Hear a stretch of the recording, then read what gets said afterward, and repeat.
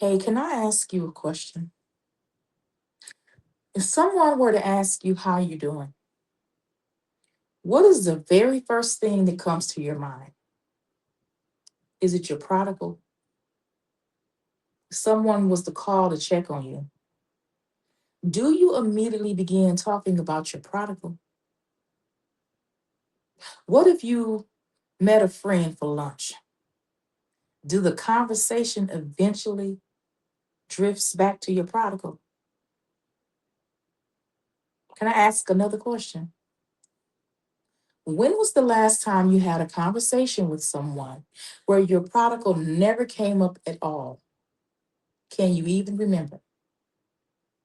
If not, please don't hear this as criticism. Hear it as an invitation to pause and notice something that many of us do without even realizing it. Now, before I go any further, I do need to say this. If your child is in immediate danger or missing in the middle of a mental health crisis, or you're walking through an active emergency, this message is not meant for you. This message is not minimizing that. Okay? Those situations naturally require more attention and more prayer and sometimes more conversations. So I'm speaking to those of us who've been walking this journey for a while, and somewhere along the way, we allowed one painful area of our life to quietly become the center of almost every conversation. Now, I know it happens because we love them. Okay. And I don't believe any parent wakes up one morning and decides, I'm only going to talk about my prodigal. It happens because we love them. We think about them when we wake up. We pray for them throughout the day. We wonder if they're okay or safe. We wonder if today will be the day that something changes. Our hearts are connected to them, so that's understandable. But here's what can happen over time without realizing it. The prodigal journey begins to take up more and more space in our minds, and then eventually it begins taking up more and more space in our conversations. Can we be honest for a minute? If a friend asks how you're doing, the conversation generally goes back to your prodigal, don't it? What if someone from church calls to check on you? Do it naturally drifts back to your prodigal? Let's say your sister, your family member calls, right? The conversation naturally drifts back to your prodigal, right? Or you out to dinner with friends, and before long, you're talking about your prodigal again. Now, this doesn't make you a bad parent. It simply reveals just how much room this journey has been occupying in your heart. Let me ask you something again. If someone gave you 10 uninterrupted minutes to talk about your life, could you fill those 10 minutes without talking about your prodigal? Think about that for a second. Not because you're trying to avoid them, but because your life still contains other things.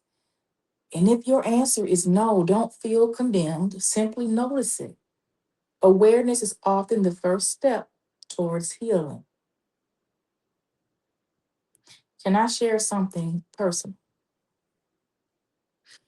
There was a time and season when this journey occupied so much of my heart and mind that it could have easily become the only thing that I talked about. And it probably was at some point. It would have been easy for every conversation to circle back to my child, but the Lord gently began showing me something. He reminded me, Nina, you're still more than the prodigal parent, right? I'm still a nurse. I'm still someone who loves encouraging people. I'm still someone who enjoys teaching. I have gifts. I'm still someone that God has called. This journey didn't erase who God created me to be. If anything, God has used it to deepen those gifts. Today, I still show up as a nurse. I still show up as a coach and a teacher. I still show up as a woman who wants to encourage other parents. My prodigal became part of my story, but I refuse to let this journey become my entire identity. And I want that same freedom for you.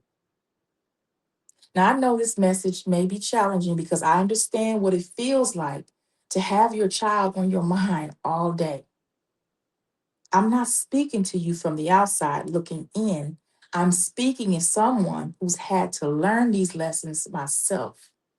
And I can tell you this, God has shown me that while He's working in my child's life, He's still doing a work in mine.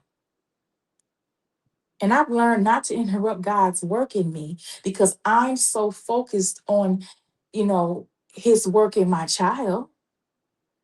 I can't let that happen.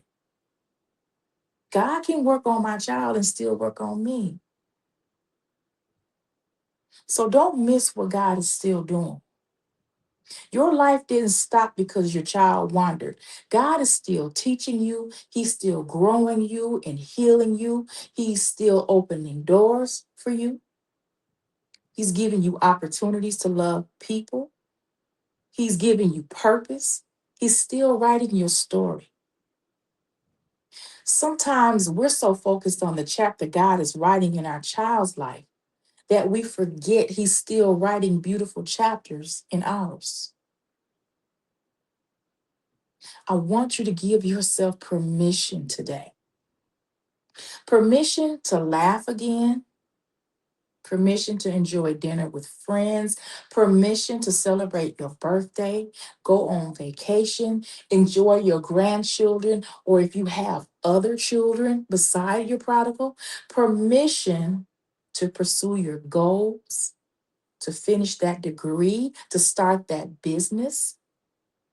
Permission to smile without feeling guilty. Because enjoying your life doesn't mean you stop loving your child. It doesn't mean you stop praying. It doesn't mean you've given up. It simply means you've remembered that God gave you a life to live too. Joy is not betrayal. Joy is one of God's greatest gifts, even in difficult seasons. So the next time someone asks, "How are you doing?" Try this. Share about your prodigal if that's what's on your heart, okay? But don't stop there. Tell them about the scripture that's been encouraging you. Tell them about something funny that happened this week. Tell them about a goal you're working towards. Tell them about your garden, your grandkids, your other kids, or a book you're reading. Something beautiful God showed you, a prayer He answered, a lesson He's teaching you. Your life contains more than the heartache. Don't overlook the places where God is still moving. Can I leave you with another question? When people leave a conversation with you, do they leave knowing only about your struggle? Or do they also leave knowing what God is doing in your life? Now, that's something worth thinking about. So, I want to challenge you. Here's your challenge for this week: pay attention to your conversations. Notice how often they naturally drift back to your prodigal. Not to judge you, not to criticize you, just notice. Then intentionally share something else. Tell someone what God has been teaching you. Tell them something you're grateful for. Tell them something you're looking forward to. Tell them something that made you smile. Not because your prodigal doesn't matter, but because your life still matters too. I want to leave you with one thought today. Your prodigal still deserves your prayers, but so does your dreams. Your prodigal deserves your prayers, but so does your health. Your prodigal deserves your prayers, but so does your marriage. Your prodigal may deserve your prayers, but so does your purpose. Your prodigal deserves your prayers, but so does your relationship with God. Don't let one prayer request become so loud that it drowns out every other area of your life that still needs your attention.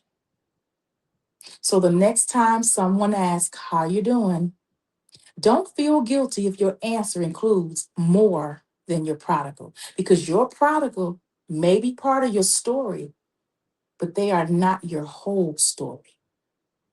And while God is faithfully working in your child's life, don't miss the beautiful work that He's doing in yours. I'll see you in the next video. One more thing. I've learned not to interrupt God's work in me because I'm so focused on His work in my child. Talk to you later.